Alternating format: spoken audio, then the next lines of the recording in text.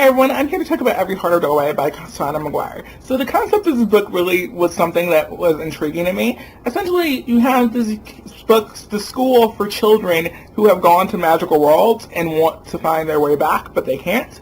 So like kids like the Narnia kids, or the kids from the Backstagers comics, or Alice from Alice in Wonderland. Probably a little bit more like Alice's situation, because Alice only goes to Wonderland once. At least I think. Actually, there's a lot of instances of not that happening. But like, imagine if Alice only went to Wonderland once, and then Alice wanted to find their way back. That's not the case with Alice, but like the kids from Narnia go back to Narnia a few times, and like the kids from the Backstagers always have their door there. Like they always have the door to this backstage world of magical creatures that they can get to.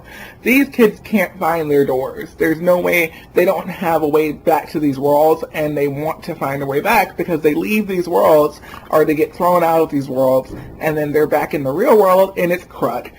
People don't believe that they've actually gone to these places. People might think they're crazy. Time might move differently. So if maybe you were in your magical world for years and you lived a life there, and you come back and you're this kid who, like, you've only been gone for a short period of time. Or you've been gone for a long period of time and your parents thought you were kidnapped or you were dead, and then all of a sudden you're back and they're just like, oh, he must have went through this traumatic experience, yada, yada, yada. So all of these kids end up at the school for kids who can't find their way back to their magical worlds, run by a woman who also can't go back to the magical world that she left.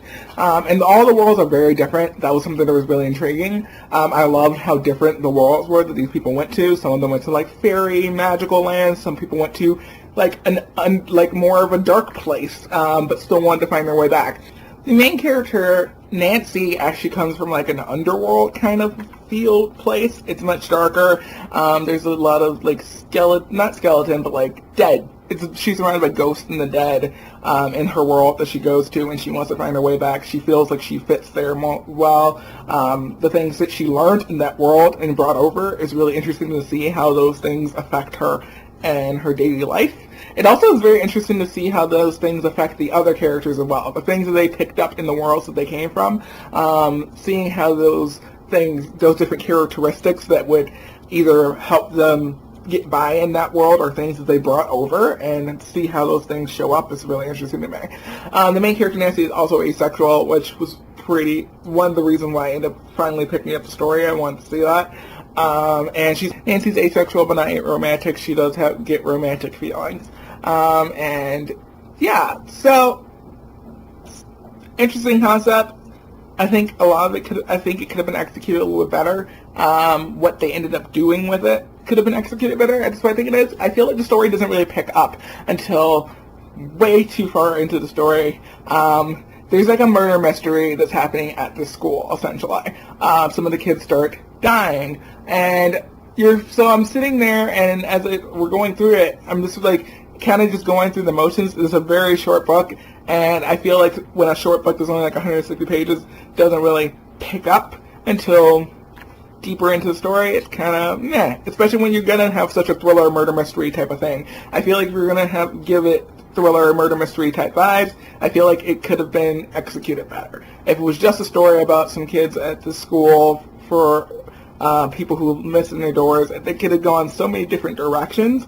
But when you have the murder mystery kind of thing going on, and Nancy and the others are trying to figure out who's murdering these other students, and there's people throwing accusations all around and all this, then I felt like it just needed to be executed a lot better.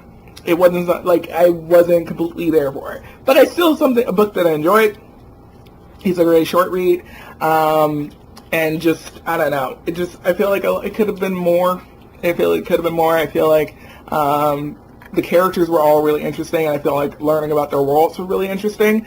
But again, it's a short story, and I feel like that emotional connection, resonance to the characters who would die wasn't really there, and I don't know.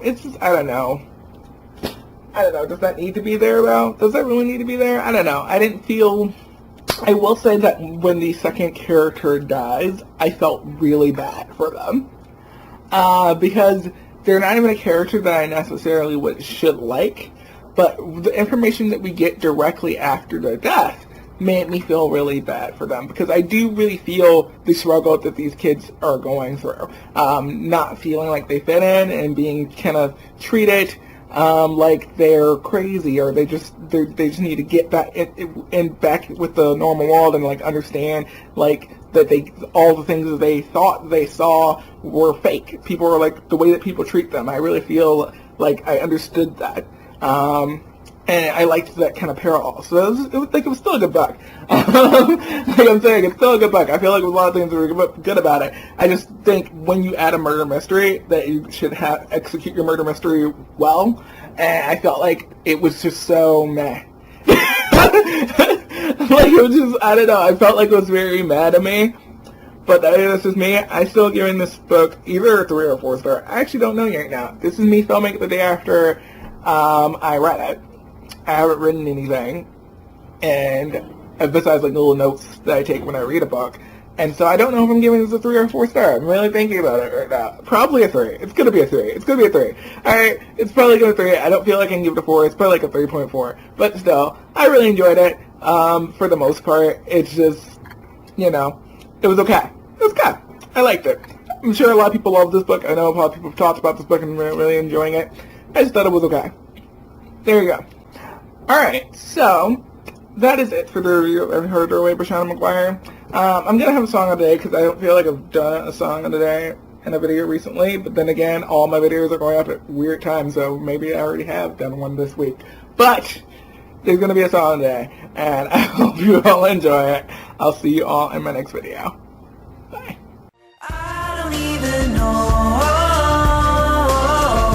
what I want out of life, what I'm chasing. Is it hard to see me go? 'Cause I miss you when I'm gone. Is it worth feeling alone for so long?